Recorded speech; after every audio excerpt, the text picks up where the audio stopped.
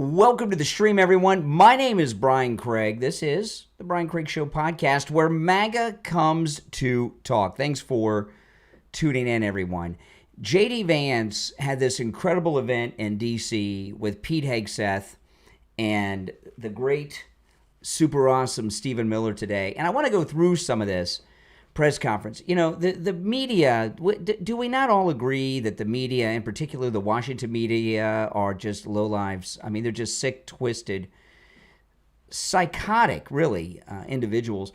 D.C., like many blue cities around the country, has been the victim of domestic terrorism in the form of crime. Pretty violent crime, too. I mean, people are getting carjacked, robbed, beaten, assaulted in all different kinds of ways, and it's a god-awful thing. And the role of government, both local, state, and national, they have a lot of responsibilities, but the primary number one responsibility of government is to keep the citizens safe from dangerous people, in this instance, American criminals. And what President Trump has done in Washington, D.C. is something that should have been done a long time ago. You know, this should be done in all really blue cities that have out-of-control crime, like Chicago and others. And, you know, Washington, D.C. is the capital of the United States. The president lives there. Our entire government pretty much live there. They certainly work there, the federal government, and it's just not safe. I mean, and when you listen to the way the media talk to President Trump, and in this instance to J.D. Vance, the vice president today, these are people living in a city where they're afraid to go out to dinner at night because they might be victimized. But their Trump derangement syndrome is so deep in their bones that they're ticked off that President Trump is cleaning up the streets of Washington, D.C. It makes no sense. It's completely insane. And this is most definitely what's going to be happening around the country. Again, my name is Brian. This is where MAGA comes to talk. If you're watching live, you can call me. The toll-free number is pinned in the live chat. So let's go. This is Vice President J.D. Vance with Pete Hegseth, the Defense Secretary, and the incredible Stephen Miller. All right? Well, I'll play this, and we'll talk about it as we go along.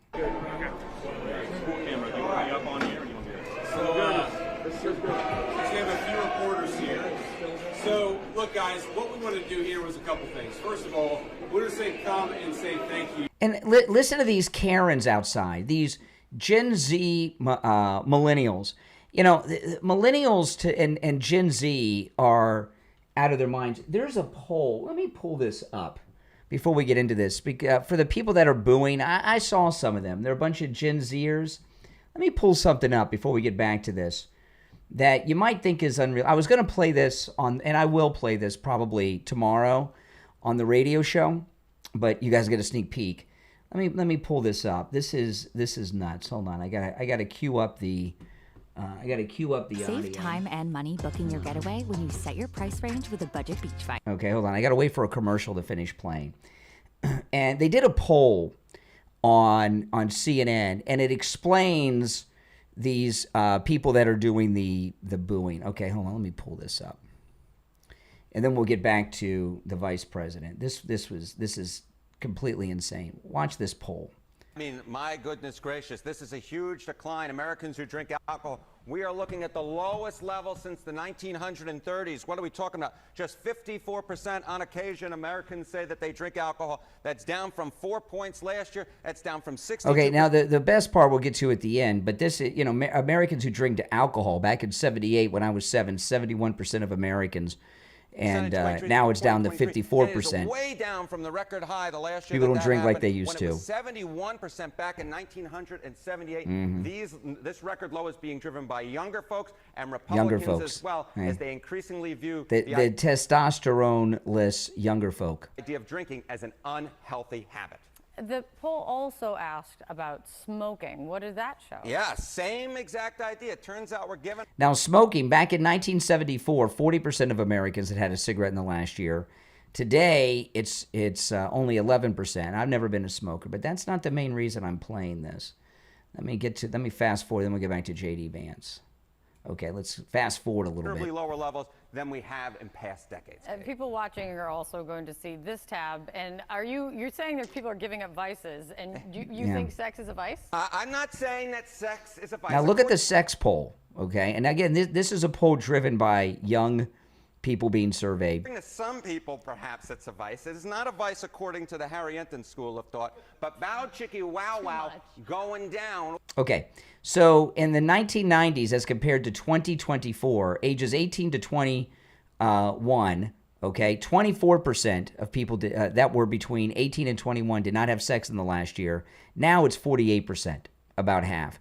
And the reason that is a lot of reasons. They have so many different genders and sexualities going on. It's, you know, the pool is much shorter and smaller than it used to be. And also the testosterone with young men that are between 18 and 21 is just so low. They've been feminized, and there's just all kinds of craziness going on. So these people that are out booing the vice president when he's fighting crime, the idea that you have manly men that are standing up and protecting the citizenry of a city is just, it's disgusting to them because their hormones are all whacked out. They're not normal humans. The men in that group, they have no testosterone. The women are very confused. They don't have good men. And these are the idiots that are outside booing the vice president during this. All right, let's get back to this. Vice President J.D. Vance today. To the National Guard's folks, to the cops, for actually keeping this place safe. If you look at what's happened in Washington, D.C. in just the past 9 days, we've seen a 35% reduction in violent crime. That's right. We've seen over a 50% reduction in robberies. We are seeing really substantial effects because these guys are busting their ass. So I want to come here, highlight what they're doing, say thank you in person, obviously pass out a few burgers, but most of all, just send a message to the American people. Look, we don't have to live like this. We do not have to allow our cities to be taken over by violence and by disorder and by chaos. You can actually do stuff. You can actually bring law and order to communities. That's right. You just got to have the political willpower to do it. And I think you hear these guys outside here screaming at us. Of course, these are a bunch of crazy protesters. But I'll tell you, a couple of years ago when I brought my... I want you to think about this. These liberals are outside protesting in favor of crime being out of control. They're protesting in favor of crime, as if crime is some constitutional guarantee to go out and commit. You're telling me that these protesters out there don't have their heads screwed on wrong, that they're not nuts? Of course they are. Kids here, they were being screamed at by violent vagrants, and it was scaring the hell out of my kids. And one of the things that we've done already in Union Station in just 9 days is we've made it a place where people can walk around safely. They can bring their kids again. They can see this beautiful monument, the architecture. They can have a meal with their friends and their loved ones because, again, we brought some law and order back to Washington, D.C. So I want to thank Pete Hegseth and Stephen Miller. I want to thank all the people, the guardsmen here and the police officers who have worked very hard. And I know that we've traded now some violent, crazy people who are screaming at kids with a few crazy liberals who are screaming at the vice president. But I think that's a very worthwhile trade to make. Exactly. Isn't he great? See, Trump's rubbing off on J.D. Vance, right? Isn't he? I mean, he certainly is. The idea that these people are out there protesting in favor of the rights of criminals to go out and commit violent crimes, it's insane to me. It's so insane. I almost have a headache just thinking about it. It's so crazy. Because we want our people to be able to enjoy our beautiful cities. And the last thing I'll say is to the American people, D.C. is already safer than it was 9 days ago. That's We're right. going to make it safer still to come. This is your city. You should feel free to come and visit here, have a meal, see all these incredible monuments, and actually enjoy yourself. And that's what we're trying to make happen. And I think that if we set a standard in Washington, D.C., that political willpower can bring some common sense, law and order back to these communities, then maybe some other communities and other cities will follow suit. So it's kind of crazy. You hear these guys outside. They appear to hate the idea that Americans can enjoy their communities. They do the fact that D.C.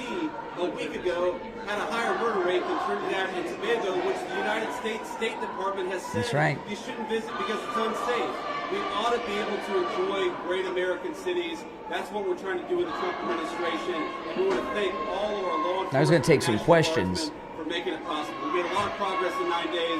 We're going to make a whole lot more. I'll let Pete and Stephen Miller say something, and we'll take a few questions from the reporters. So, Mr. Secretary. Thank you, Mr. Vice President. I'll just start by saying yes and amen to everything you said. The American people, the residents of D.C. deserve a safe and beautiful city. That's our mission. Right. That's what every one of these captains, lieutenants, staff sergeants, specialists, privates, they're here because they're patriots who serve the country and believe we deserve a beautiful, safe capital. And when I talk to all of them, Stephen, we've all had a chance to talk to them, they're proud of this mission. That's they're right. proud to be a part of making sure law and order is established here in the. By the way, looking at Pete Hegseth with J.D. Vance, what do you think if J.D. Vance becomes the second MAGA president? What do you think about Pete Hegseth running as his vice president with J.D. Vance? What do you think about that? Sounds pretty cool to me, doesn't it? They seem to really get along well. They seem to be a very good team. And look how quickly Pete Hegseth just cleaned up D.C. with the military. It's absolutely amazing. And by the way, all these people that talk about the cost, these people are on salary anyway, right? There's very little money extra being spent by the government to keep people safe, as if money's an issue. It shouldn't be in this case. We're resourcing with everything they need, working with our law enforcement partners. So the National Guard, the Defense Department is proud to be standing with you and the President and ensuring we have a safe capital that is beautiful, that residents can come visit. And we're committed to this mission just like the one at the southern border and in Los Angeles.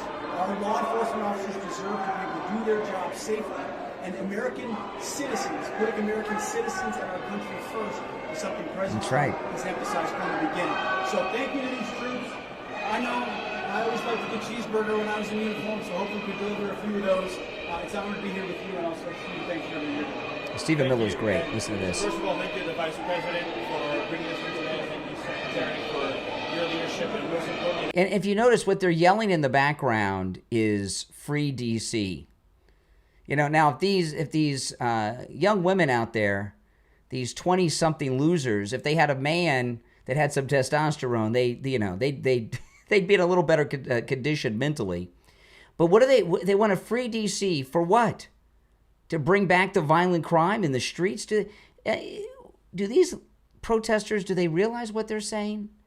Do they understand what they're advocating for? Or is it just Trump derangement and they hate Trump, so they're just disagreeing because they disagree with everything he does? What do you think it is? But Stephen Miller's pretty awesome here. I like Stephen Miller. Thank you to the men and women of the National Guard. Well, here's the most important point. There are residents who lived in Washington, D.C. their entire lives. Their parents lived here. Their grandparents lived here. And they have lived for generations in intolerable conditions of crime and decay. There are parts of the city, I moved in the city 20 years ago. There are places where I've seen graffiti that has been untouched for 2 decades. There are homeless encampments that have made it impossible for families to use public parks and public recreation for as long as I've lived here.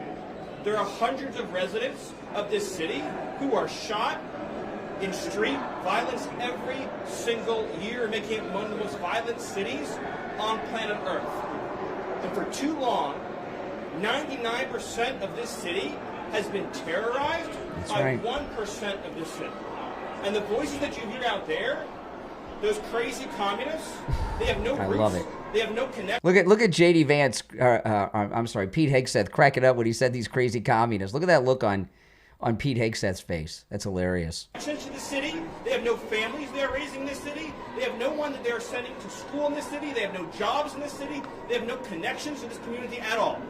But they're the ones who've been advocating for the 1%, the criminals, the killers, the rapists, the drug dealers. And I'm glad they're here today. Because me, Pete, and the Vice President are all going to leave here, and inspired by them, we're going to add thousands more resources to this city to Inspired get the by criminals them. and the gang members out of here. That was awesome. We're going to dismantle those networks, and we're going to prove that a city can serve for the law-abiding citizens who live there. We are not going to let the communists destroy a great American city, let alone the nation's capital. That's right. And let's just also address another thing. All these demonstrators that you've seen out here in recent days, all of these elderly white hippies, they're not part of the city and never have been. And by the way, most of the citizens who live in Washington, D.C. are black. This is not a city that has had any safety for its black citizens for generations. Nope. And President Trump is the one who is fixing that with the support of the Metropolitan Police Department, the support of the National Guard, and our federal law enforcement officers. So we're going to ignore these stupid white hippies that all need to go home and take a nap because they're all over 90 years old. And we're going to get back to the business of protecting the American people and the citizens of Washington, D.C. Oh, man. Stephen Miller's awesome. I love it. He's one of my favorites. I like this guy. And he's much younger than he looks. It's just because he's bald, looks a little older. But, I mean, what a great team here. So, we could have our second MAGA president, our second MAGA vice president, because Pence doesn't count. And then we got the White House chief of staff right there, Stephen Miller. That sounds pretty good. For 2032, what do you guys think? Thank you, Stephen. A few questions. Mr. Vice President, why are troops stationed here at Union Station on the National Mall instead of areas in D.C. where crime is statistically highest? Well, if you've ever been to Union Station in the last few years with your family, you know that crime is actually extremely high right here in Union Station. You have vagrants, you have drug addicts, you have the chronically homeless, you have the mentally ill who harass, who threaten violence, who attack families, and they've done it for far too long. This should be a monument to American greatness. This should be a place where you can come and share a meal or go shopping with your family. It should not be a place where parents of small children are afraid to bring them because, to Stephen's point, we have empowered criminals over the people who actually need public safety in the city.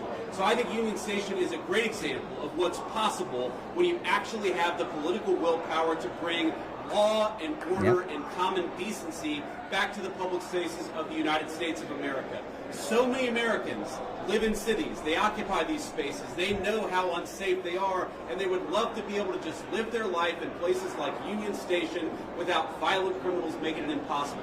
We have changed so much in 9 days, and I thought it important to highlight how great of a space this could be, how easy it could be to actually enjoy something like Union Station if you just had politicians who stopped prioritizing violent criminals over the public citizens who deserve public safety in their own communities. Isn't he great, J.D. Vance? I know a lot of people say, oh, should it be Marco Rubio, who's awesome? Should it be J.D. Vance? We just have a great lineup of great future MAGA presidents, vice presidents, secretaries of this, that, and everything. And what do the Democrats got? They got Jasmine Crockett and AOC. And look what we got. I mean, we got the super friends here. That real quick. We talked to a first responder before we came up here, said this is their number one call location is Union Station for first responders. So it's not as if this is insignificant. In many ways, this is part of the epicenter. And we go to that and return it to the safe location that it should be. It also frees up resources around the city. And you've seen a majority of the arrests happening in a lot of those places that need help. That's right. For crime Will you extend past 30 days? For crime. Will you extend past 30 days, and do you think you have congressional, will Congress go along with it? Well, look, we'll ultimately let the President of the United States determine where we are after 30 days of this emergency order. I think that we're going to make a lot of progress over the next 20 days. I think that we're 9 days into this thing. Yeah. If the President of the United States thinks that he has to extend this order to ensure that people have access to public safety, then that's exactly what he'll do. If he thinks he doesn't have to do that, obviously he'll make that determination. But what we're going to do is try to empower these guys to do as good of a job as possible to bring public safety and order back to Washington, D.C. This is the national, cultural, and political capital of the world's greatest nation. That's and right. Talk to people, black, brown, white, so many of them are afraid to bring their kids into its public spaces. It's a shame. It's a blight. It actually should make every American ashamed that the world's leading superpower, our national capital, was unsafe for families to walk around at night. That is a disgrace. We don't think that it's acceptable, and thank God we have the presidential leadership to change it, and that's exactly what we're trying to do. Were crime statistics manipulated by the D.C. police? Well, I think that crime statistics all over our country were massively underreported because a lot of people would pick up the phone, they'd call somebody, they'd try to get help, and nobody would show up. If you look at wait times, at 911 response times all across our country, but certainly in Washington, D.C., they were way too long. And that wasn't because of the D.C. police. That was because there was too much crime and too few law enforcement agents on the street to bring order and decency to this city. You talk to these guys. I talked to 3 police officers earlier. I've talked to the National Guard. They are so happy that they've been empowered to do their job, which is to make American streets safe for American citizens. And I think that empowerment is going to keep on going until we make America, and D.C. in particular, a safe place again. What evidence do you have or that the DOJ has? Are you going to be releasing it? I'm sorry? Are you going to be releasing evidence of this? Of what? That D.C. has a terrible crime problem? You just got to look around. Exactly. It's the proof. Look at big balls, right? I mean, with this, you're going to release proof that there is crime?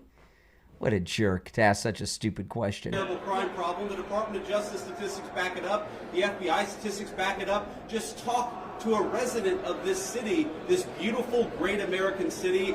Don't they deserve... I mean, we talk about human rights. We hear these people outside screaming, "Free D.C." Let's free D.C. from lawlessness. That's right. Let's free Washington, D.C. from one of the highest murder rates in the entire world. Let's free Washington, D.C. so that young families can walk around and feel safe and secure. That's what we're trying to free D.C. from. And as Stephen said, it's kind of bizarre that we have a bunch of old, primarily white people who are out there protesting the policies that keep people safe when they've never felt danger in their entire lives. Which cities are next? Are you going to target any other? Chicago. How about that? What are your thoughts on the establishment media's criticisms of President Trump's push to end the Russia-Ukraine war? Well, I'll let these guys jump in. I mean, look, on the Russia-Ukraine war, we'll obviously have time to talk about that. I think the president campaigned on being a president of peace. He's already ended 6 wars. He's trying to end another. These pro-crime protesters just blow my mind away. What a bunch of idiots they are. It's really scary that, you know, there's so much mental illness in our society, right? I think it's kind of disgraceful that the American media is attacking the president for trying to bring peace to the world, but most importantly, the president is trying to bring peace to the streets of our own cities. I really can't overemphasize this enough. It's the greatest country in the world. That's right. We've got moms and dads and young families. Shouldn't they be able to enjoy public spaces without vagrants taking away basic public safety from the American citizenry? The fact that it's taken so long to bring common decency and law and order back to Washington, D.C. is an indictment of a generation of failed leadership. And I hope these guys know how grateful we are that they're doing the job that so many failed to do. They're actually keeping the city safe. We're proud of you, and we're grateful to you. Polls show that a majority of D.C. residents don't support the Guard. What's your message? Okay, a poll shows the majority of D.C. residents don't support the National Guard there, is what the question was. Another jerk question. To that. I'm sorry? Polls show that a majority of D.C. residents don't support the Guard here. So what's your message to the majority of D.C. residents? I'm highly skeptical that a majority of D.C. residents don't want their city to have better public safety and more reasonable He's awesome, isn't he? safety standards within Washington, D.C. I don't know what poll you're talking about. Maybe the same polls that said Pamela Harris would win the popular vote. We're going to stop there. We're going to grab I love that one. with some of the soldiers here and the National Guardsmen who are keeping the city safe again. I just want to say we're grateful to these guys. You guys are making D.C. safe. That's We're right. proud of you, and we're grateful to you. Russia saying today needs to be involved in security guarantees. I love it. I love it. Now, listen, if you're on hold, stand by. My name's Brian Craig. This is the Brian Craig Show podcast, where MAGA comes to talk. I'm going to take a break and come back with more and your calls, all right? If you want to call in and you're watching live, the number is pinned in the live chat. We'll be right back. Hey, everyone. We're joined by Joe Thomas. You know Joe Thomas. He's with me on the radio all the time talking about annuities. Hey, Joe, how you doing? Good morning. Hey there. You know, annuities are absolutely amazing. I tell you all the time, I've heard about annuities my whole life, and until I met you and you explained them to me, I didn't understand what they were and how great they are. For people that don't know anything about annuities, can you tell them what an annuity is and why they should have one? So basically, you have car insurance for your car. You have home insurance for your home. Okay? You have life insurance for life. This is basically insurance for your money. It protects your money through an insurance company. So you can't lose money if you invest with the type of annuities that we provide. When you say you can't lose money with an annuity, no matter what happens in the stock market could tank today or tomorrow, you're not going to lose any money. Why is that? Because the insurance company protects your interest. It's an insurance product and not a securities product. So people don't understand the difference between directly investing in the market. You have the upside potential unlimited, but you also have the unlimited risk potential if the market goes down. But with an annuity, it protects the downside where you can't lose any money. Now, the only way you can lose money, disclosure, is if you surrender an annuity early. Let's just talk about that. If you do cash it in early, well, you have a surrender charge. If you don't cash it in early, you don't have a surrender charge. It's pretty simple. Yeah. Now, another thing about annuities that I find absolutely amazing is how you have this guaranteed income stream in your retirement. Can you talk a little bit about that? So when people do retire, they have this thing called the 401k. And the problem with the 401k is that it basically doesn't give you anything to turn into income. It's an accumulator. You accumulate money. And then when you turn 65 or 66 or 67, they don't tell you how to get income. So what an annuity does is it converts that 401k into income. And then the income stream with an income rider provides income for the rest of your life as long as you live and your spouse's life. Yeah. So when you retire, you have your 401k.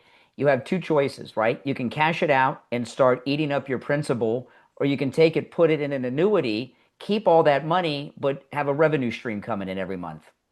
Exactly. And the insurance company assumes your risk. The risk is that you live too long. The insurance company has to keep paying you. It's a contractual obligation that they have to keep paying you for life. Lifetime income. That's right. Now, Joe Thomas offers free phone consultations, which you can take advantage of no matter where you are in the United States. And when you talk with Joe Thomas, he's going to put together a custom proposal just for you based on your situation, your goals. These are not cookie cutter, okay? This is very specific to you, and everyone's situation is different. Give Joe Thomas a call. His number is 561-743-0999. 561-743-0999. And online, JupiterJoe.com. All right, we're back. I'm Brian. Okay, if you want to call in and you're watching live, the number is pinned in the live chat, 888-465-2631. You're on the air. What's your name? Where are you calling from? Hi, my name's Gary. I'm calling from the Northern Mariana Islands. Okay, what's up? Well, I just wanted to talk about Trump because it seems to me that you're a big fan, and I assume you're a Christian, correct? I was going to mention that. Yeah, why don't you just get to the Epstein part that you're building up to? Well, we could talk about Epstein. We could talk about the fact that Donald Trump is the worst Christian. The worst Christian? Ever lived. Really? Wait a minute. Wait a minute. Wait a minute. And I would like to slow down for a second. Slow down for a second. Hell for supporting a child molester. Slow down for a second. You said the worst Christian ever to live. What has he done that makes him the worst Christian? Well, let's see. He cheated on his wife with a porn star. No, he did not. No, he did. No, that's not true. That's not true. That's not true. No, that's not true. He didn't, Brian? No, just because you wouldn't be able to control yourself doesn't mean that the president wouldn't be able to control himself. All right, if you're on hold, hang in there.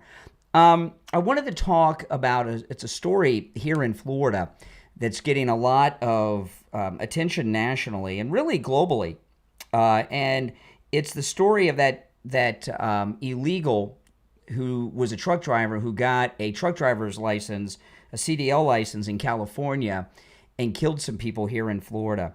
And it's really, I'm glad this story is getting so much attention because it is without question a story that needs to get a lot of attention. And they were talking about it on Fox a little bit today. This is Perino. The Department of Transportation is revealing the suspect completely flunked tests on both English proficiency and road signs. Now, despite those failures, he was still somehow able to get commercial driver's licenses from the sanctuary states of California and Washington. Federal officials blaming Democrats, saying their lax policies put lives at risk. Gavin Newsom's DMV gave this individual a commercial driver's license to drive around an 18-wheeler. We know the responsibility that comes with that. And it was pretty shocking, really, that they would be so dismissive of 3 American lives, 3 innocents that were lost because of their policies. Okay, yeah. Now, before I play the rest of that, I mean, you know what? I don't know if I had it on for all of you. Let me start it over again because I don't think I had it on for all of you. I'm not sure if you could hear it. This was Dana Perino on Fox. The Department of Transportation is revealing the suspect completely flunked tests on both English proficiency and road signs. Now, despite those failures, he was still somehow able to get commercial driver's licenses from the sanctuary states of California and Washington. Federal officials blaming Democrats, saying their lax policies put lives at risk. Gavin Newsom's DMV gave this individual a commercial driver's license to drive around an 18-wheeler. We know the responsibility that comes with that. And it was pretty shocking, really, that they would be so dismissive of 3 American lives, 3 innocents that were lost because of their policies. So okay, now before I get to more of this story, you know, the reason I'm sharing this, I haven't talked too much about this story. I've mentioned it a few times this week, but it's really a companion story to what the president is doing in D.C., ridding D.C. of crime, right? You know, the Democrat Party is on not life support. I mean, maybe even beyond life support. I mean, they're falling apart. And you see what they do. They're always advocating for others, whether it's the criminals of D.C. that they're advocating for or illegals who come to this country and kill our people or victimize them in other ways. And what's crazy about it, and it's completely insane, is that the Democrat Party, they don't even see what it is that they're doing. And, you know, what's going on in Texas, you know, the Democrats are coming back today. And I know the media and the Democrats say the Republicans are gerrymandering the districts in Texas because the redistricting map that the Republicans have done in Texas, the Democrats have lost 5 House seats, including Jasmine Crockett is a congresswoman without a district now. The Republicans in Texas are not gerrymandering anything. They're correcting gerrymandering. And what the Democrats have been doing, they had it down to a science during the Joe Biden auto pen administration. But what they've been doing is they have been strategically placing the millions of people that they were bringing into the country illegally. They've been strategically placing them to affect the census to try to get congressional seats that they shouldn't have by counting the illegals. And that's over. We're going to get the new census. We're not going to count the illegals in regards to congressional districts, which is not just how congressional districts are done. However many House seats a state has is how many votes they have in the Electoral College. So the Electoral College is affected by the new census too, which is important. And the reason that the Democrats are having meltdowns is because they have the whole country gerrymandered. And no one has stood up to do anything about it. And now the Republicans are. And these 3 Floridians who lost their lives because of this illegal who can't read or speak or understand English was given a CDL, truck driver's license, by Gavin Newsom's California. We can't bring these poor people back from the dead, but their death can help save other lives by cleaning up the roads of drivers that can't read the signs or even understand the signs. And if you've been to other countries, you know, when we go on our MAGA cruises and we'll take, you know, we're driving around in these different countries and these different islands and things like this, I see signs all the time. I don't know what the hell they mean. Countries have different stop signs, all kinds of signs for all kinds of things I don't understand. And that's what's going on with these truck drivers. On top of the fact that, you know, when I was growing up, and even in my 20s, I would see a lot of ads on television, just before the internet, to become a truck driver because it was a great career. But so many illegals have come in and they've taken those truck driving jobs, right? And they've driven the wages down. It's not the career it used to be. We're getting it back. But you know, when you see this deadly accident that was caused by this idiot who couldn't read the no U-turn signs on the turnpike, he may not have known. You know, Florida, you know, I'm in Florida, so where this accident happened, I've driven right there in that spot 1,000,001 times at least. Been driving there my whole life. You cannot make U-turns on the turnpike. It's illegal. It's highly illegal because it's incredibly dangerous. There's a rest stop about every 25 miles. Sometimes it's 40 or 50 miles, but for the most part, every 25 miles or so, there's a rest stop on the turnpike, and you can make a U-turn at any rest stop. There's areas that are open, but they're for the Florida Highway Patrol if they get a call and they need to turn around real quick, and they have the sirens on, so people see them and they make a U-turn, but it's even rare to see that. And this truck driver, because he couldn't read the signs, may not have known you can't make a U-turn there. And that slot that he was trying to get the truck through is so tiny you could barely get a police cruiser through it. And that's why these people are dead. And you got to wonder how many other Americans are dead and have died over the years because Gavin Newsom and other liberal lunatics have been giving truck driving licenses to foreign nationals that are in our country illegally. They can't read the signs.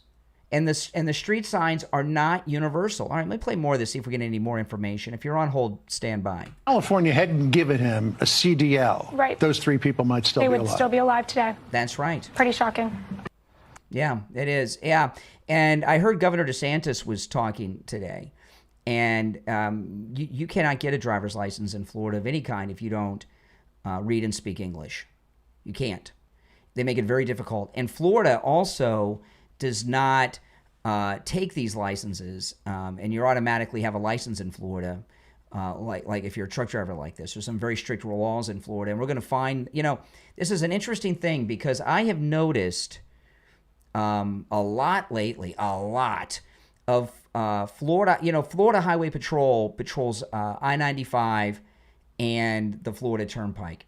And I have noticed every time I'm on the Turnpike or I-95, I'm seeing 18-wheelers pulled over by the Florida Highway Patrol. And until this, I thought they were just harassing them a little bit for an easy ticket. And now I realize they're doing stops to see if they speak English. That's why there's so many semis getting pulled over in Florida. This is what the Governor DeSantis has them doing, and it's a pretty smart thing. And every time they do that, they very well could be saving a life. They're certainly creating jobs. All right, let's take some calls. You're on the air. What's your name? Where are you calling from? My name's Everett Plummer. I'm from Indiana. Well, what's up, Indiana? Well, I've witnessed a bunch of election fraud over the years. No, we're not talking about that. We're talking about other things. But I appreciate the call. Open phones are on Friday, guys. You're on the air. What's your name? Where are you calling from? Afternoon, Brian. It's Job calling from California. Hey, California. What's up? Hi. So I had actually mentioned this tragedy the other day, and it's been getting more traction and exposure, and I'm really glad that you're highlighting it today. I hope that family gets some legal representation immediately and sues the company that those individuals were driving for. Yeah, and Gavin Newsom. Well, I was just about to say that, and also the insurance company, because don't forget, when you get employed by anybody, you're supposed to be signing documents, and I'm assuming that they were signing them in English. So there's that. The other thing is definitely going after the California Department of Transportation in regards to them issuing out those licenses, suing them, and then as well as Gavin Newsom for allowing this issue to go ahead and continue. I also was with the understanding that there was another event that was similar that had to do with a trucker who was also Indian. I saw that today. Yeah. Another guy who was Indian or Sikh, and it looked like a cement truck crashed into him and that flipped over the vehicle on the side. I saw that on X earlier. Yeah, so I'm hoping that the Secretary of Transportation does something like immediate and suspends all of these licenses, specifically in California. Well, I'll tell you what's coming in Florida. And I'm telling you because I heard Governor DeSantis talking about how strict we are in Florida about making sure that people speak English. I'm expecting there to be, and I mentioned while you were on hold, you may not have heard this, because I'm in Florida, and I've noticed lately on the Florida Turnpike, as well as on I-95, the Highway Patrol pulling over semis a lot more than normal. And I think they're checking to see if they speak and read English. I think that's what's going on. And I would not be surprised if Governor DeSantis has the Highway Patrol put roadblocks up and checking semis when they come into Florida as to whether or not they speak and read English before they even enter the state. I totally understand that, but they have to speak it. They have to be able to comprehend it. Yes. And they should be able to write it. it's not just the speaking of English or broken down English. It's being able to read it, comprehend it, as well as write it. I mean, many of these warning signs that we have on our highways are not multilingual, and they shouldn't be, because they're being utilized to alert individuals of an emergency. Yeah, that's right. I mean, that's the purpose of having them out there. And any of you that have visited other countries, different countries have different road signs, and you can't understand them. You really can't. Even the ones that are in English. I hope he gets on top of this. I trust that he will, and I hope that we actually do something that leads to some really, really strict enforcement. Absolutely. Because those 3 lives are no longer with us, and that's due to the fact that somebody was so careless. That's right. And even the video of it is so disheartening to see that he saw it actually occur, and there was no emotion at all. None. And maybe he was in shock or whatever, but to do something like that, I mean, when you're driving something like that, you're driving a weapon. Mm-hmm. Yep, you are. All right, I appreciate the call. Thank you so much. All right, take care. All right, we'll take a quick break and be Hear ye, hear ye. Tom Laporta here from Laporta Roofing. Floridians, take note. Ron DeSantis and the state of Florida have allocated $280 million for the 25-26 fiscal year to fund new grants under My Safe Florida Home program. This grant is up to $10,000 when you spend $15,000 or more on your project. This may include roofing and wind mitigation systems. Go online at mysafefloridahome.com and get approved before the money is gone. If you need help, please call me, Tom Laporta, 954-604-4602, or find us at laportaroofing.com. It's simple. When you spend $1, the state matches $2 up to $10,000. They send you a check. I know it sounds too good to be true, but it is. So again, call us at 954-604-4602 or find us at laportaroofing.com. All right, welcome back. I'm Brian. This is the Brian Craig Show podcast. Make sure you follow and subscribe on whatever platform you're listening on. And if you're watching live, you can call in. The number is toll-free and pinned in the live chat, and it is 888-465-2631. You're welcome to call in about anything I brought up so far. 888-465-2631. If you're on hold, stand by. I just want to talk to those of you out there for a moment who are Medicare recipients that are 65 years of age or older or turning 65. Chapter is a great company. They will handle your Medicare for you no matter which state you are in. So wherever you're listening to me in the United States, Chapter can help. If you have any questions about your Medicare, give them a call. The help is absolutely free. It costs you nothing. There's no catches, no strings, no nothing. The number's on your screen. It's also in the description of the video, and I'm going to give you the number in just a moment. When you call Chapter, you're going to get a real person on the phone who's going to be able to answer all your questions. And here's the thing. Millions of seniors are missing out on a lot of benefits that they're entitled to under their Medicare plans. They don't even know about it.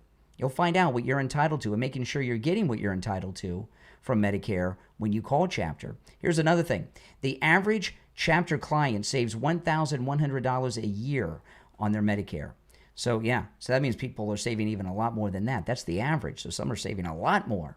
So save money, make sure you're getting all the benefits you're entitled to, and get all your questions answered absolutely for free. Call Chapter. Again, they cover all 50 states. There's over 24,000 Medicare policies, and because they're a national company in all 50 states, they have access to all of the over 24,000 Medicare policies. They'll make sure you get the one that's right for you.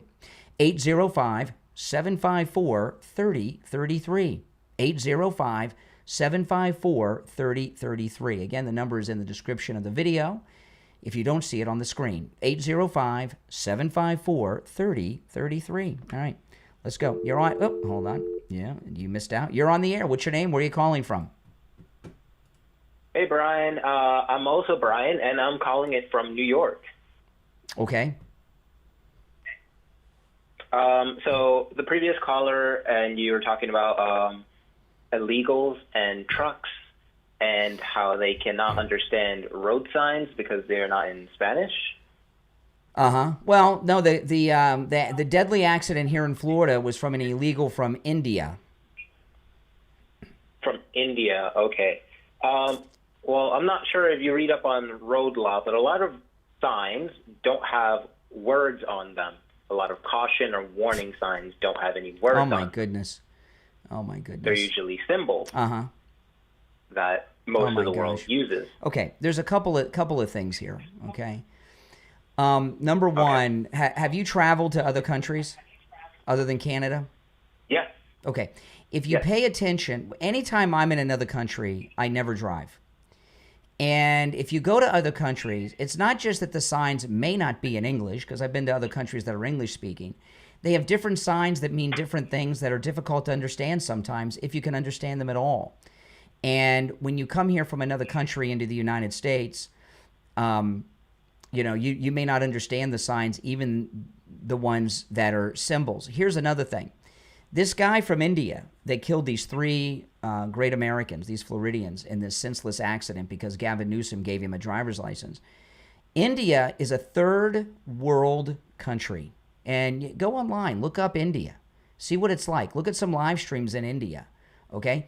There's not the quality of driving in India is much different. Most everybody gets around on little tiny motor scooters, 50cc motor scooters, and they don't have the experience of driving on a major highway on the open roads that we have in America, like the Florida Turnpike, which the real name of the Florida Turnpike, by the way, is the Ronald Reagan Turnpike. It's a very Republican state we have. When, you know, this guy may have been driving a 50cc scooter a year ago. Now here he is on an 18-wheeler. They're not qualified. When I go to Miami, we have a lot of illegals in Miami, sadly. And when I'm driving down I-95, there's a complete change when I enter Miami of people that don't know how to drive. They don't know the basic rules of the road because they come from a third world country and were given a driver's license without experience. Oh my God, where do you even begin with you, Brian? There's just so much you just said in the last 3 minutes. There's just well, although it is very tragic that that accident happened, 3 people did not have to die because of a road accident. It's manslaughter. It's manslaughter. In this case, I'm, to be honest, not familiar with the case. Obviously, easily sensationalized Indian truck driver. A real Indian, ICE, you know. Yeah, any excuse to get more ICE into your state, whatever. Absolutely, that's absolutely, fine. Yeah. You know, here's the thing. When I started driving, my mother was very strict about. Can you turn down the volume of the device you're listening to me on? Because there's a delay and I can hear myself. My mother was pretty strict. She didn't let me drive on my own till I was 17. You can drive when you're 16 in Florida. My mom wouldn't let me till I was 17. And I had a restricted driver's license where I could drive with a licensed driver over 18 for a year before that. And I remember the first day I drove to school when I was in 11th grade. And it was a road that I'd been driving on for years because it's in the neighborhood from where my mom still lives today. And I was by myself driving to school. School started at 7:35 in the morning, so it's a little bit after 7. It's rush hour. I was scared to death. It was terrifying to me. And I'd been riding in that road in cars for years and years and years. You come from some third world pit of hell that doesn't even have paved roads, and then all of a sudden you're on a big American highway driving an 18-wheeler. That's crazy. That's just categorically. That's just not true. They definitely do have plenty of paved roads. Go look up India. Go look up India on YouTube here when you're done watching me. It's a third world pit of hell. I think I know what India looks like. I've been on this planet for long enough to have read a book. A lot of dirt. Or have gone to school. Oh, good. You've read a book. You've gone to school. That's the worst thing. Florida, yeah. That's the worst thing you can do is go to a liberal school. What'd you say? Liberal school. Yeah. What? No. What'd you say before that? Oh, I think you're a jerk. No, you said something else. What'd you say? Lots of jerks. Say what you said. Say it again. What'd you say? About what? I'm not afraid to repeat anything. I'm just not sure what you mean. I thought I heard you say F you to me. I did not, no. It sounded like that to me. Would you guys think it did sound like you said F you to me? That's okay. I've I'm had people say worse. I'm definitely going to keep it. No, I'm definitely going to keep it civil with you. Although I don't agree with you or anything. What are you not agreeing with? You think you think it's okay for illegal aliens to be on the highway on an 18-wheeler? All right. Well, well, here's what I'm going to say. I don't think you really care where your produce or anything you get from the store comes from whether an illegal or a sweatshop worker. This issue of illegal truckers invading the United States. It's a big problem. What is it distracting from? It's Oh, yeah, I'm sure it's a huge problem for me up in New York City who does not care about an Indian trying to make bread for his family because the economy is garbage. Listen, I've known people that have lived their entire lives in New York City that are old people that never driven a car, never had a driver's license, okay? You're living in a strange city. But I'm here to tell you that I would not get behind the wheel of an 18-wheeler. It'd be very dangerous. I wouldn't be able to drive it. That's good for you. Yeah. Well, that's good for you. You're a little coward and you can drive your Prius. These guys are going to do the hard work. I don't have a Prius. Cabbage. You could drive an 18-wheeler? Well, I don't care what you have. You know how to drive an 18-wheeler? Well, no, I don't have a license. I don't have a license for it, no. Well, this guy shouldn't have had a license either. He couldn't read, speak, or understand English. He couldn't read the signs. He killed 3 people. Because he's really illiterate. Unfortunate, yeah. He's illiterate. That's really unfortunate. Unfortunate. Yeah, you sound heartbroken. Yeah. You don't even care. Yeah, all right, so this one idiot, right, on the road that killed 3 people, absolutely deplorable. I do not want that to turn into a bunch of hired goons hired from the government with my tax money to go to Florida to then harass more migrants or more. Let me ask you this: you said you're in New York City. You're in New York City. Are you going to vote for this? You're going to vote for this idiot commie Zohan for mayor? Can we stick to the topic because I feel it says on the screen. It says it says on the screen the Brian Craig Show. I'm Brian Craig, so the topic's whatever I'm talking about. So I decide what the topic is. It's my show. It's the Brian Craig Show. I'm Brian Craig. Okay. So are you going to vote for Zohan for mayor? This commie? Sure. Really? Yeah, that sounds you great. Are? Did you know? Yeah. Did you know that he is in favor of legalizing prostitution in New York City? Awesome. Yeah. Totally love that. Really? That totally affects me in my daily life. Sure, do you it does. care? Do you hire prostitutes? Do you know how that affects the average prostitute? I'm not a prostitute. That does not affect my line of work. How old are you? Are you a grown-up? Are you a child? Yes, I am grown-up, yes. How old are you? I'm a grown-up. How old are you? I'm in my 20s. 20 what? I'm in my 20s. What, 20 what? I'm just in my 20s. I'm a young man. You're in your 20s? Working man. Really? A young working man. A young working man. What are you working? It's 4:21 in the afternoon here on the East Coast. What kind of hours do you work? Well, I work in the mornings. That's all you have. What do you do for work? I'd rather not say. It's a very specialized line of work. Yeah. I'd rather not say. I know. Yeah. What, gaming? You a Twitch streamer?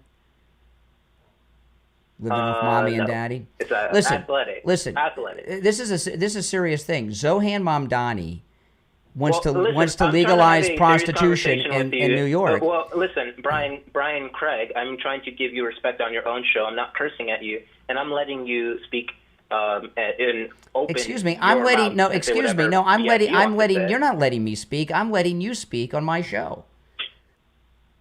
You're not letting me speak. I'm letting you speak. What a privilege. It is a privilege. It is a privilege. Yeah.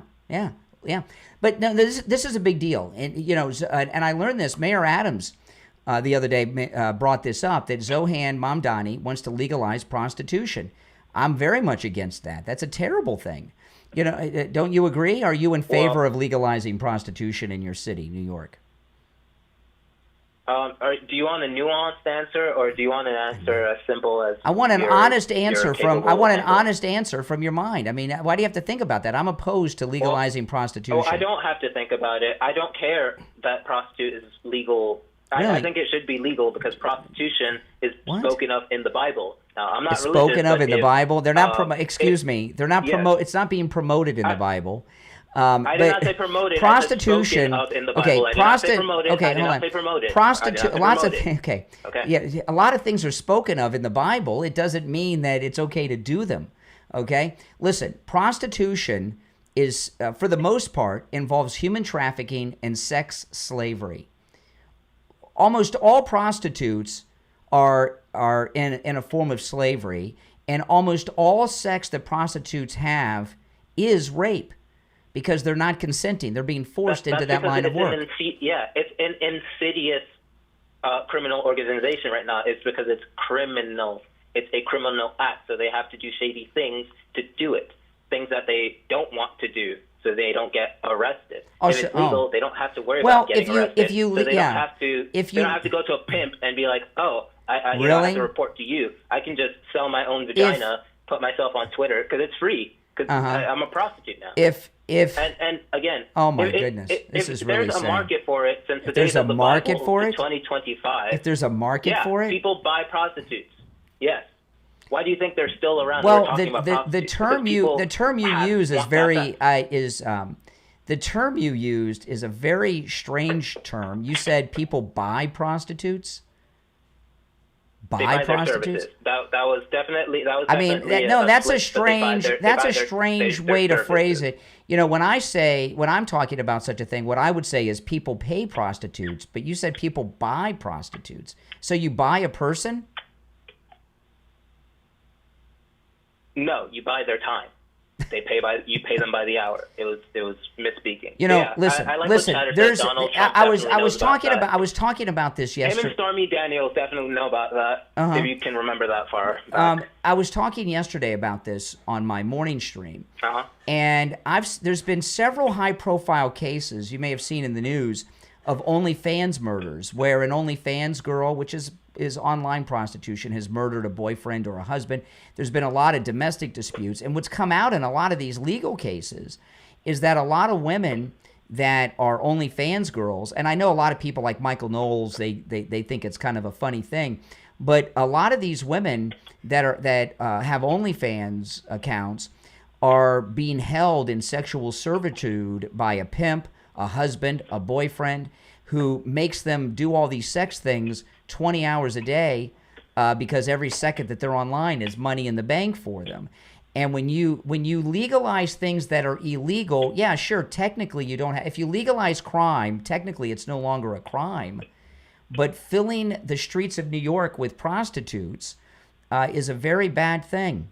It's a bad thing because it victimizes women. And it's a bad thing for the entire city. And your Trump derangement syndrome is so deep in your mind that you can't even admit it. President Trump's against legalizing prostitution, so you advocate for it? All right, I'm going to run. Appreciate the call. I'll give you the last word. All right, yeah. I'll give you the last word. Thanks for your time. Oh, thanks for your time. Okay. Oh, my goodness. I mean, there's liberals have really gotten scary, haven't they, guys? If you're new to the program, make sure that you subscribe. This obviously is where MAGA comes to talk. If you'd like to call in, if you're watching live, the call-in number is pinned in the live chat. It's 888-465-2631.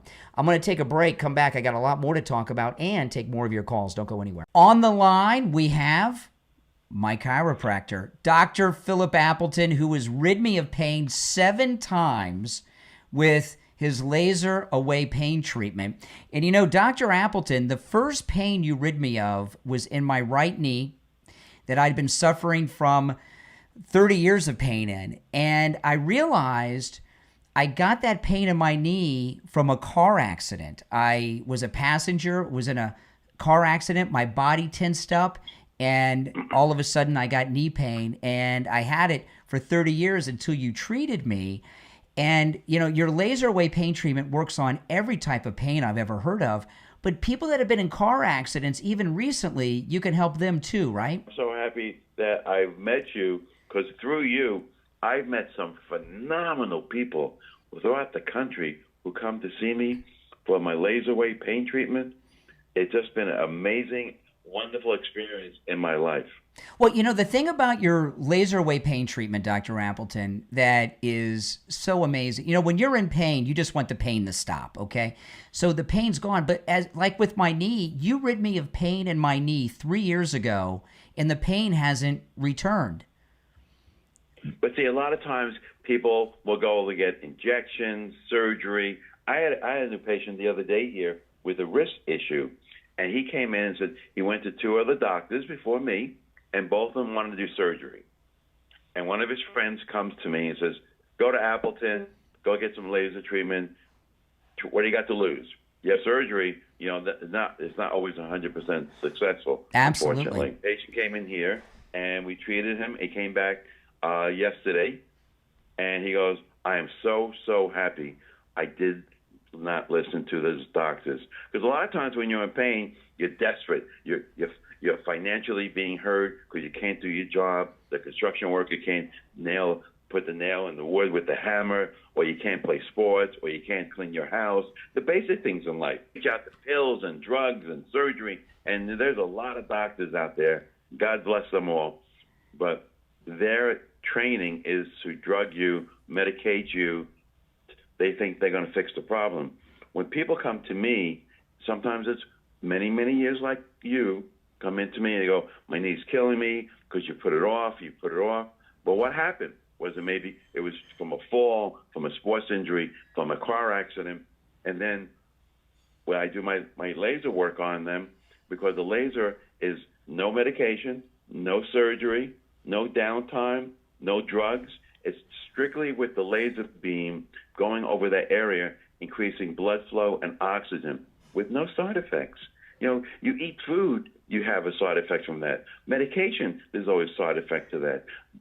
Vitamins, there's always a side effect to that. There's a lot of side effects. There's no side effects to this. It's amazing. It's amazing.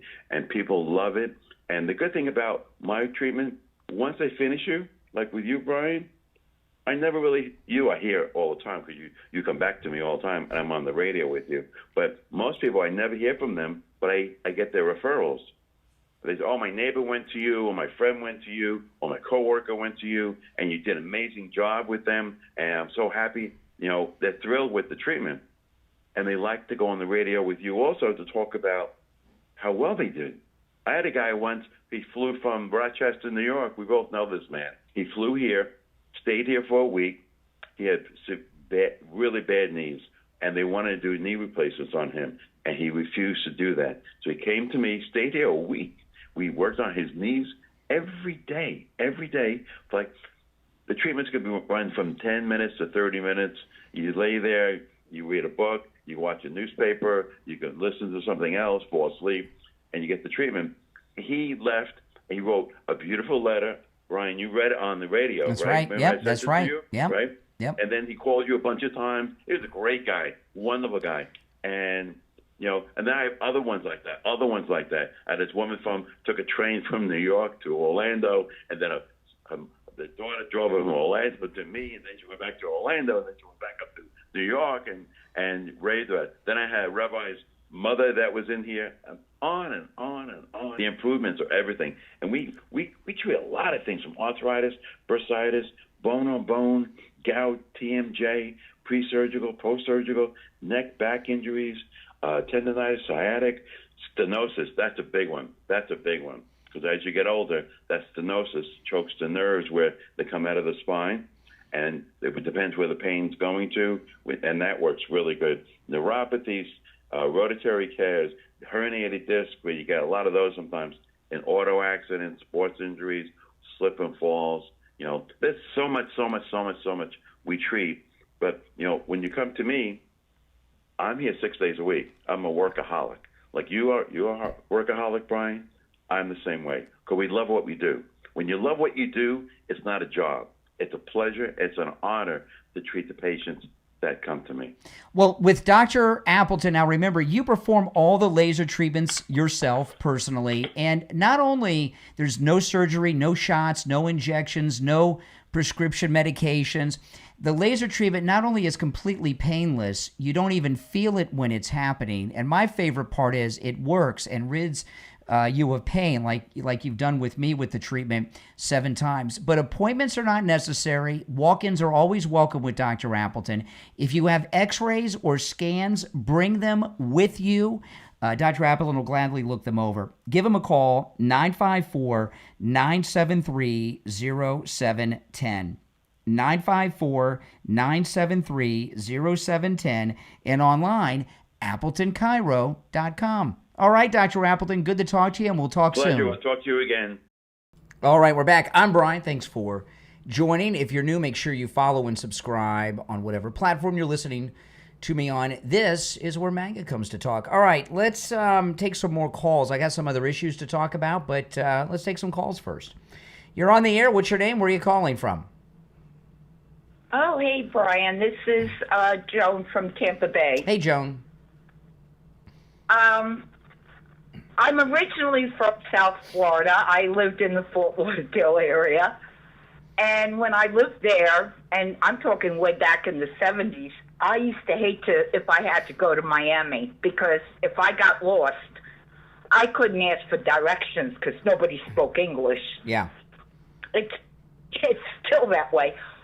But you know what? I hope DeSantis does set up roadblocks coming into Florida and getting rid of people that can't speak English or whatever. I mean, who in their right mind turns around on the turnpike? You don't do that. Everybody knows. It's like, but you know, but if you don't see, if they're giving driver's licenses to people that don't speak, read, or understand English, which basically means they're illiterate by our standards for the to be on the road, you wouldn't necessarily know that, right? You're not qualified to drive a vehicle, especially an 18-wheeler. You're just not. Sure. You're not. Sure. And and you put someone who's unqualified. And I was talking to a caller earlier, the first day that I drove myself to school when I was in 11th grade. It was scary as hell. I didn't realize. Well, I got out there on the road. It's rush hour. The road's packed. And it was a short drive, but it was scary. And you put people that aren't qualified behind a semi. Phew, forget about it. and I just want to tell you, the last time I went to renew my driver's license, which was a couple of months ago, there was a young lady there with other people, blah, blah, blah, with the Espanol, and she was not a citizen, and they turned her away. They did. Well, it's Florida, because it's Florida. Yeah. Yeah, I mean, yeah. It really, DeSantis is such I get so upset with DeSantis because he is the greatest governor ever. And we've had good governors. Rick Scott, who's not as well known, but he was a very good governor. Even Jeb was a good governor. But DeSantis is the best governor we've ever had, and he betrayed us all and the president when he ran, and he was hooked up with Nikki Haley and all that, and it's just, we can't trust him. He did. We can't. I just can't trust him after what he did. But he's so, but what he's doing here in Florida is so great. He is a good governor, but he did betray us. And he got the alligator Alcatraz done in 5 minutes, right? This thing he's doing with the driver's licenses, But no, we can't trust him. We can't let this guy be president or vice president. He'll probably. I think there's a good chance he'll end up being our senator, which will be bad enough because he'll screw us all the time on that. He'll be like John. He'll be like John McCain. He'll be voting against the Republicans all the time, probably. Is that man incarcerated now? I hope. The killer truck driver. Yes. Yeah. Oh, thank goodness. Yeah, he's in. I saw a story today in the news. I think he's in jail in California, and he's going to get extradited to Florida. He already made it. I'm not. I can't swear to that, but I thought I saw a story about that earlier. Yeah, I might. Yeah. Well, to think if he already got himself back there, that is like. He's going to get the. Let me tell you, he gets a jury trial in Florida. It's a manslaughter case, so the death penalty's off the table. But he's going to get the maximum sentence, no doubt about it. Yeah, he killed 3 people. 3 people. Yeah. Yeah. Yeah. I know. It's crazy. Innocent people. And that could have been me or you or a family, you know, or my daughter or my mother. You know, that area in Fort Pierce on the Florida Turnpike, for those that don't know where that accident, that's the road to Walt Disney World. So it's one of the most high-traveled roads in all of Florida. Because everyone going to Walt Disney World I'm going to be driving that road, and if I'm going to Halloween Horror Nights at Universal Studios Orlando with my daughter, and we're going to be driving that road right through that spot where it happened. You know, and maybe train. Yeah, I might take the Bright Line. Yeah, I might take the Bright Line. All right, take care. Appreciate the call. Thanks so much, Joan from Tampa Bay, Florida. All right, if you're on hold, stand by. I'll take some more of these calls. You're on the air. What's your name? Where are you calling from? Brian, this is Sean from Massachusetts. Hey, Sean. By the way, my wife just gave me one. I have some guilty pleasures. You don't hear me talk about too much, but what she got me, she gets me these every once in a while. She got me a bag of the Jelly Belly 49 flavor jelly beans. I love these freaking things, man. Nice. I mean, I love these freaking things. You have no idea. I love I'm not doing a commercial for them, but Jelly Belly should have me doing. I should be the Sydney Sweeney of Jelly Belly. Oh my goodness, I can't. As soon as the show's over, I'm busting that bag open. Oh my goodness, what's on your mind? Well, we gotta get Kathy to work on this sponsor. We can get going. Yeah, exactly. Jelly. You think Jelly Belly's MAGA? You think they might? Hell yeah, hell yeah, I think so. Hell yeah, Hell yeah. You can't be the class. Yeah. Oh, it's great. Oh man. You know, and by the way, I eat those. You know, I eat those, and I still lost all this weight from Coastal Weight Loss Secret. You know, I was eating the Jelly Bellies during the whole time I've been on the Coastal Weight Loss Secret, and I still lost all this weight. Isn't that crazy? It's a win-win. Hell yeah. It's a win-win. Anyway, what's on your mind? What's on your mind? Oh, well, I was just listening about the Turnpike situation and everything else that's going on. You know, this thing with Vance today was amazing. How he took it like a boss. Hegseth, Miller, they're all incredible. But this thing, and then you got this people from New York, another state that would, you know, like what Gavin Newsom did, sending these people over here and causing this kind of ruckus. You know, horrible tragedy. And, you know, they have such a nerve to say the things that they do, like the caller that called from New York a little while ago. Oh, what an idiot. And I just, we're ridiculous. And you got states like that these guys come out of, and they come into your law-abiding, incredible MAGA state, and then they have to go, and that could, like you said, that could have been any family member, it could have been you know, it could have been anyone. And, yeah. And it's just disgusting and sad and scary. That, you know, and I'm glad that they're going to. In fact, that section of the Florida Turnpike it's not only one of the most driven roads in all of the state of Florida that everyone has been on. They've got a big Turnpike rest stop there that's probably the busiest Turnpike rest stop. I mean, everybody in the state of Florida drives there. That could have been anybody. And people in Florida, that story is really resonating with Floridians because we've all been to that spot so many times. Well, I mean, I've been following MS here in crazy liberal Massachusetts. I call it MAGA-chusetts because I feel like that's really what it's going to be. But I feel I've been following the story here, and it hits hard here, you know, for me. You know, when people die in traffic accidents that aren't their own fault, the person whose fault it is seems to always survive, man. Yeah. You know? You know what? That's the truth. You know, when these drunk drivers, and you hear about all these people that were just looking down, distracted for the stupidest reasons, and, oh, man, and yeah, they get a minor injury unscathed, and it's always the other person that suffers. And we had a situation like that not too long ago here on the highway where, man, this guy was in his 80s, and he was coming out of the wrong exit out on the highway, coming out the wrong side, and he killed the driver's kid who was just graduating in school in the town nearby. And the kids survived. I mean, they got injured, but the driver, he died almost automatically. I've known two people that, boy, oh boy, I had a neighbor who sadly many years ago, very nice lady, a kid ran out in front of her on a bicycle and she hit him and killed him.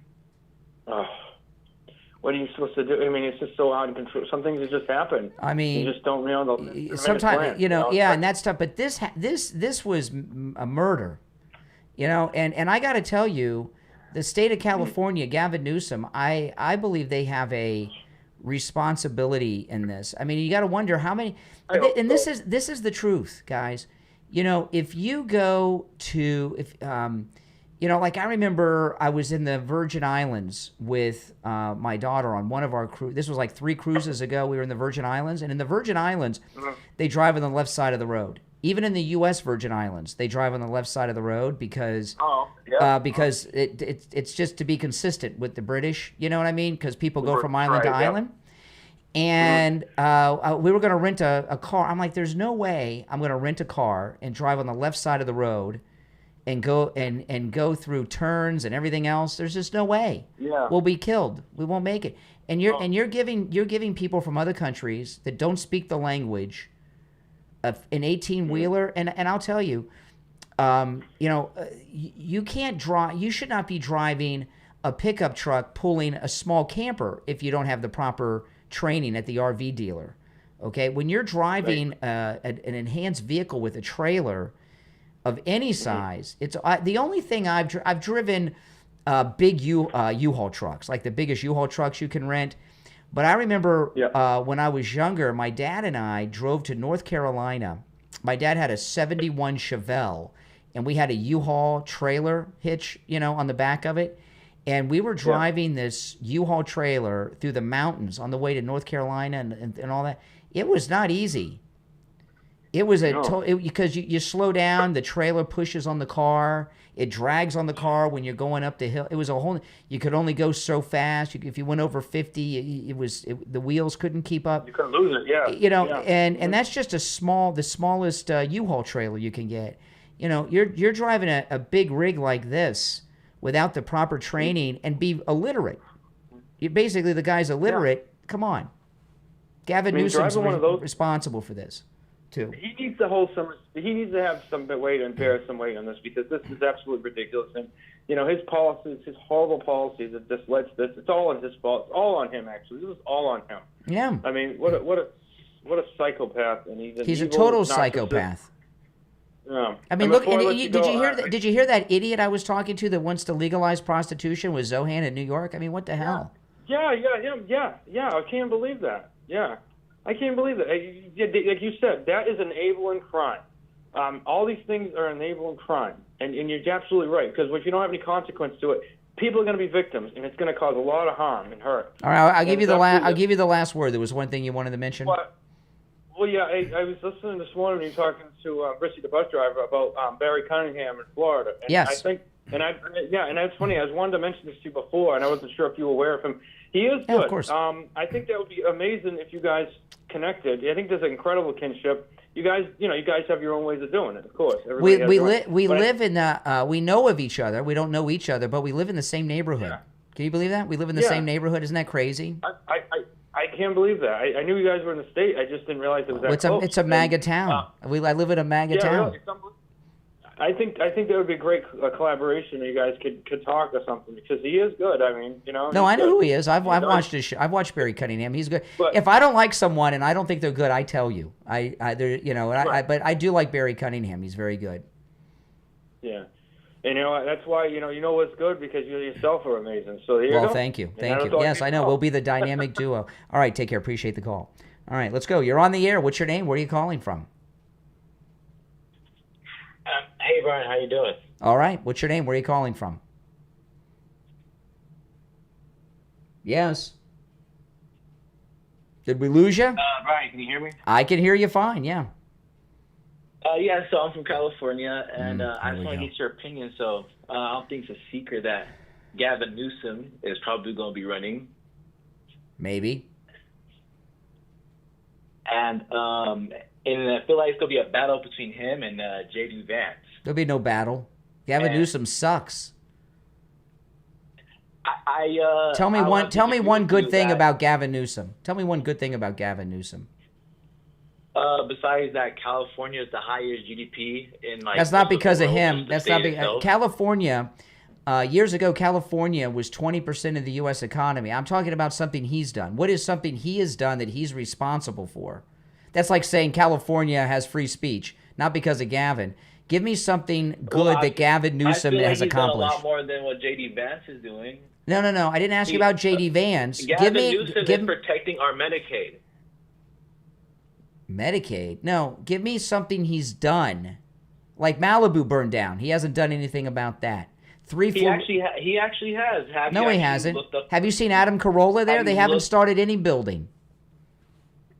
Then you actually haven't been following up. There's actually been a significant amount of help, and everyone in that situation. In fact, I saw this one celebrity just the other day in Washington. I forgot, the former reality star who lost his house in the Malibu fires. He says no money's come there. No, that's not true.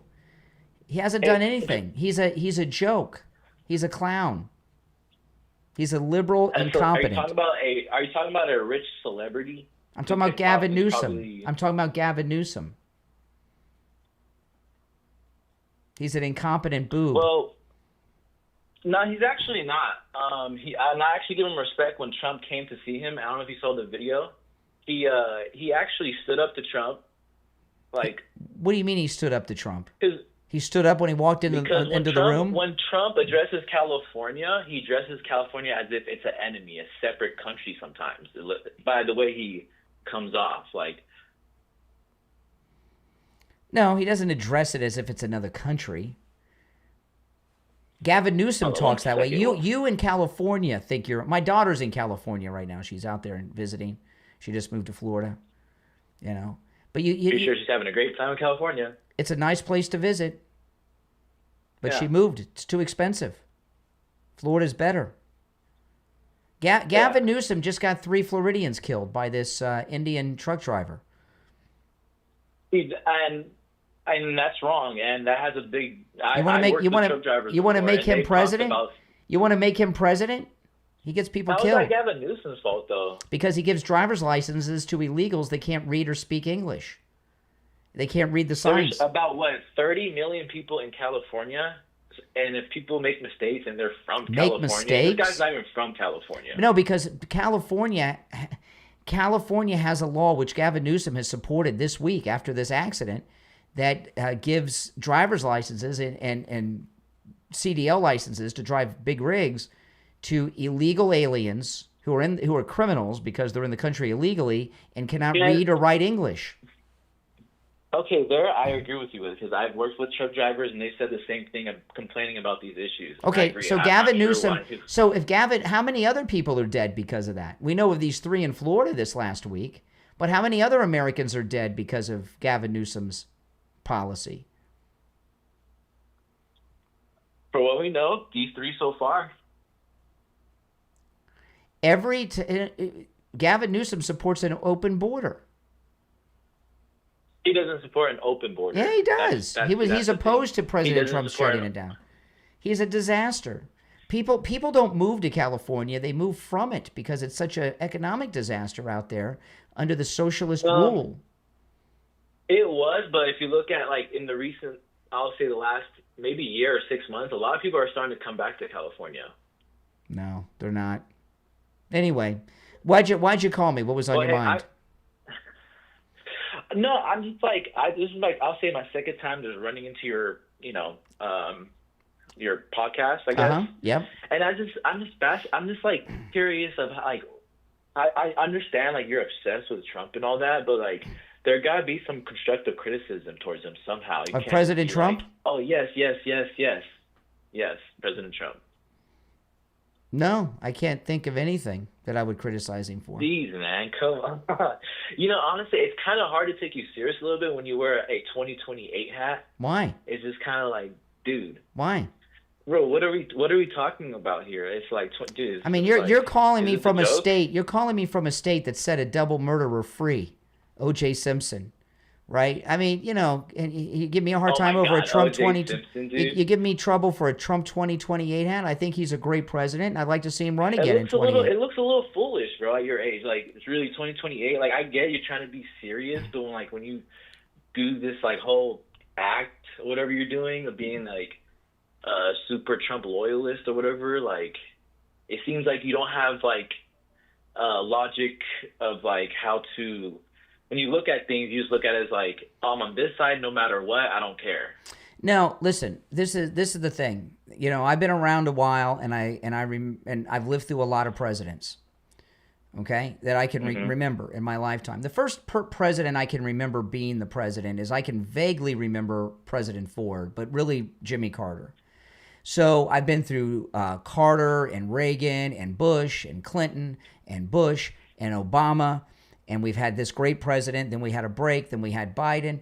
You know, Donald Trump is the only president that we've had in my lifetime and these are the presidents I've lived through, so I can factually say this as a fact. He's the only president that cares about the American people or the country. All the other presidents got into that office to elevate themselves, to make themselves rich or elevate themselves in prominence and power. He is the only one we've had that actually cares about us. And that means something. And everything that you liberals put him through, this lawfare the last 4 years, the arrest, the lawsuits, shooting him, you know, and Butler and all that, I think that he has earned a free 4-year pass from the entire country that puts him above any criticism. Think about it. Everything he's trying to do is why the Never-Trumpers shot him in Butler to try to stop him from doing. No, I agree with you. Everything you're saying is what I actually believed in Trump. But surprisingly, I voted him for those exact reasons. But unfortunately, this is the tough news that a lot of conservatives can't handle, is that he actually is not that. He's actually the opposite. Give me an example. In the second term of his, what has he done that's the opposite? Did you see his, like, right away he did this crazy crypto scam called the Trump coin, and that, you know, I own Trump coin. I own Trump coin. What's the... And then you probably know what happened then about the pump and dump in the beginning. Listen, crypto, there's all kinds of cryptos. You know, they go up, they go down, they make big swings. You know, so what? Yeah, it's not a scam. No. Here's. I'll talk about this. Okay, the thing with crypto, I'm not a big fan of crypto in general, and I don't think President Trump is either. However, it's a new wave in the financial markets of the future. And President Trump has embraced crypto because he wants the crypto mining to happen in the United States as opposed to some far-off land in some former Soviet republic or in China. So whether or not he supports crypto or not, it's going to be. So he wants it to be here, not Uzbekistan or something. You understand what I mean? Yeah. So that's why he's embraced it, and he's not running a scam. No one is required to buy the Trump coin. I bought it because I want to own a piece of Trump. Yeah, I get it.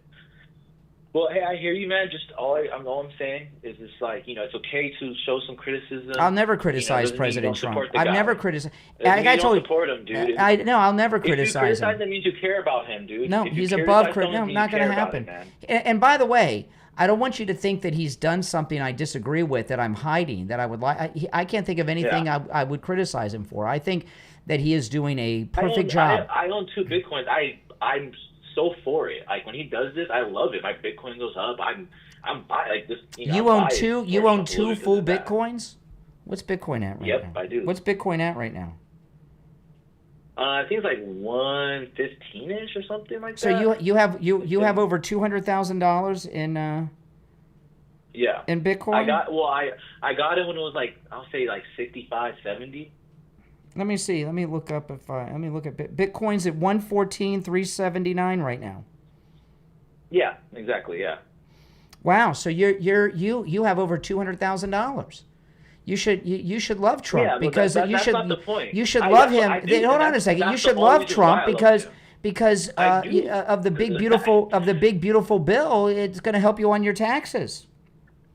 I know, but I look at even the bigger picture though. It's like I can't be selfish. You know, I have to look at other things. Like, it's like there's, you know, I'm not a big fan of the Medicaid cut. I think that was a really, really bad idea. There's been no Medicaid cut. That's a lie.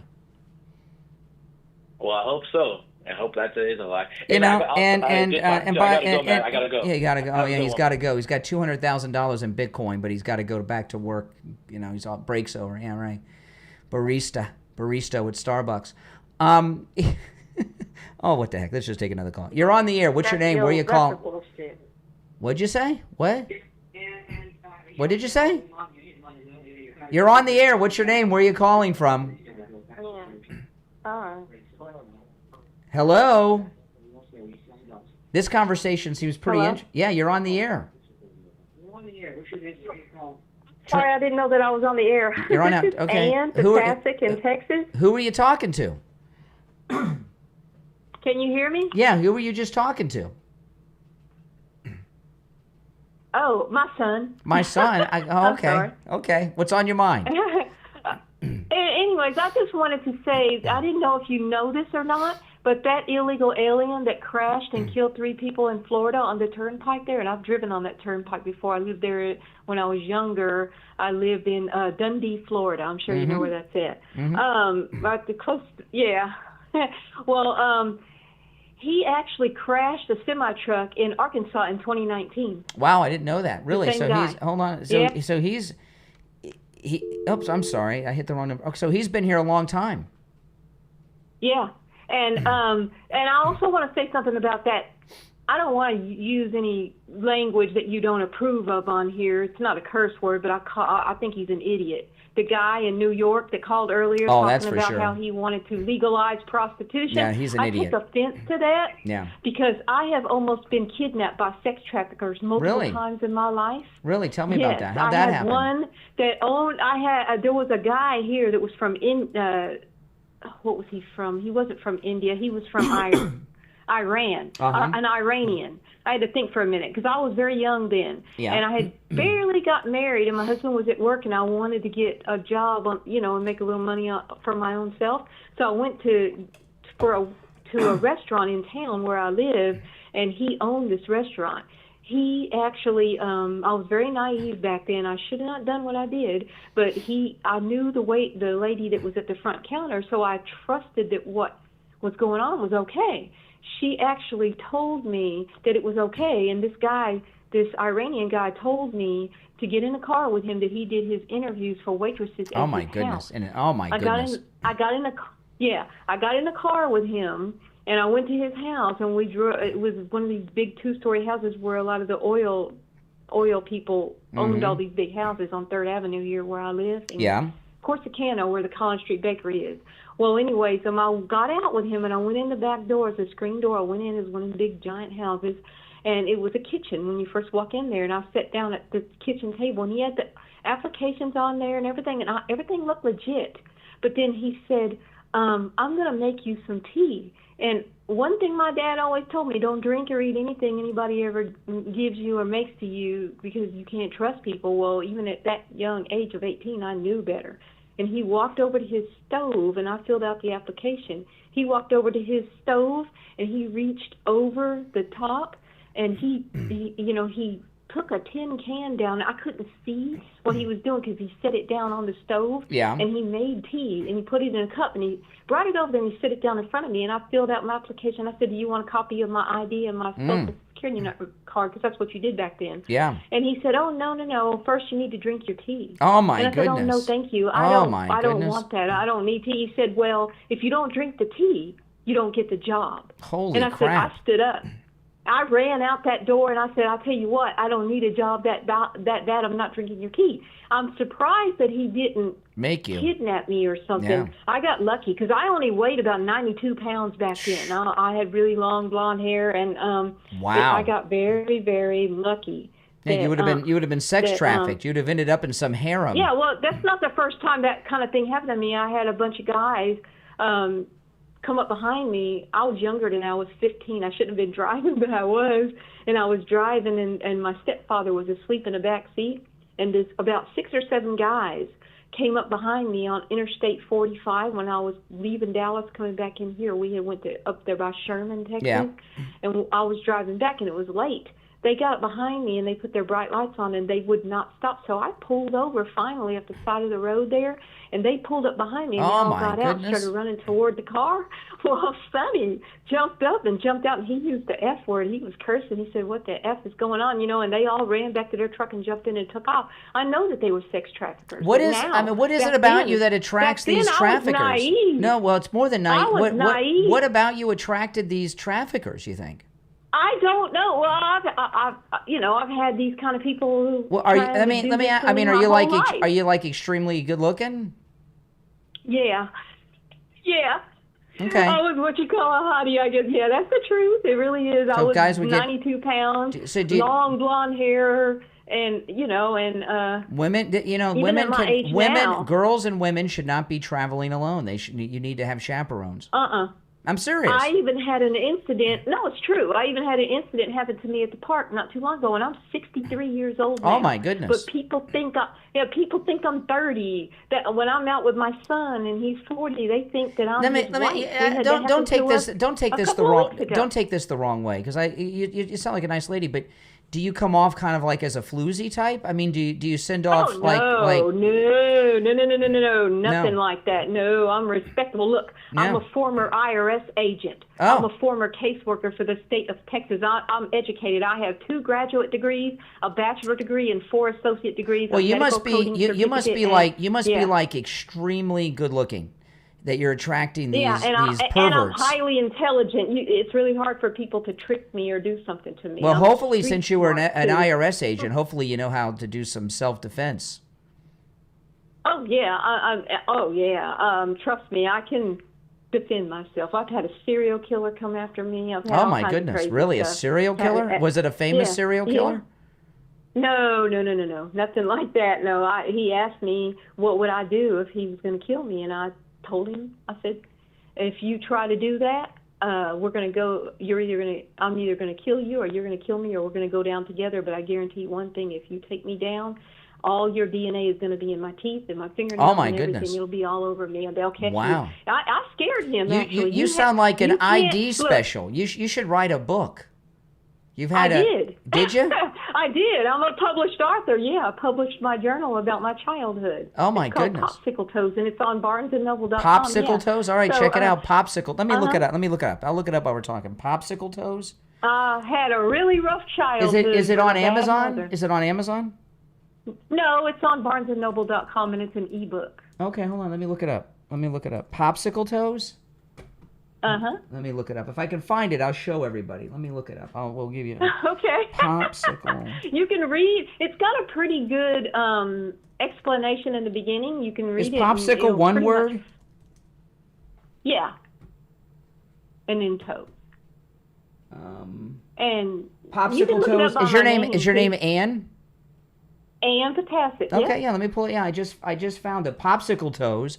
True story of growing up as the victim of the That was a bestseller 2 years in a row. Look at this. I published it. Look at this. Let me read the title. It's at Popsicle Toes. True story of growing up as the victim of the Bartow, Florida mall rapist. He was my half brother. Oh my goodness. Okay, let me read this. It says You can look him up. His name. You can look him up right now. His name is Danny Glenn Pritchett. Oh my goodness. That's crazy. Bartow, that's out in the middle of nowhere. Bartow, Florida is Hicksville. Yeah. It's Hicksville. What's with the popsicle toes? I'm not into toes. But okay. Popsicle Toes, true story of growing up as the victim of the Bartow, Florida mall rapist. Look it up on BarnesandNoble.com, and it's available for $4.99 as an ebook. All right. It was Somebody told me that it's on Amazon. Somebody just told me it's on Amazon. Let me look it up. Yeah, but it's better on Barnes and Noble. Why? I don't know why, but money? I had a lot of. Not only that, I had a lot of liberals. I just heard somebody say don't. Did somebody just say don't talk about that to you? What? I thought I heard somebody whisper to you. My son wanted me to tell you something. He's disabled and he's been on Medicaid and Medicare and stuff for most of his life. And he just wanted everybody to know that it's not true. These fake things that people are saying about Medicaid being cut off and all Yeah. this, it's all fake. I'm a former caseworker for the state. I worked Medicaid cases. Not only did I work Medicaid cases for individuals, I actually worked Medicaid cases also for nursing homes and for the elderly and disabled. What they did, listen, I'm running running short on time, man, but they haven't cut Medicaid off for people that are deserving. They've cut the Medicaid fraud down. Illegal aliens and others that were fraudulently getting it have been cut off. But anyway, I appreciate the call, and everybody get Ann's book. Let me tell you one more thing real quick, Brian, before you go. I got warrants for many arrests for illegal aliens that were committing fraud. Mm-hmm. Yeah, absolutely. And I did it a lot. They called my nickname at the state of Texas was Fraud Buster. Okay. All right. Hey, listen, I appreciate the call. Take care. Take care. Oh, my goodness. That lady's had a lot. All right. Popsicle Toast. True story of growing up as the victim of the Bartow, Florida mall rapist. That's her book. And it did not come up on Amazon for me. I searched, but it is available at barnesandnoble.com. Well, listen, everyone. My name is Brian Craig. This is where MAGA comes to talk. Thanks, everyone who tuned into the program. Some great calls on the podcast today. Greatly appreciated. If you're new, make sure that you subscribe to my YouTube channel and click that like button and notification bell if you don't mind. My name is Brian Craig. I'll see you next time. Thanks for tuning in, everyone.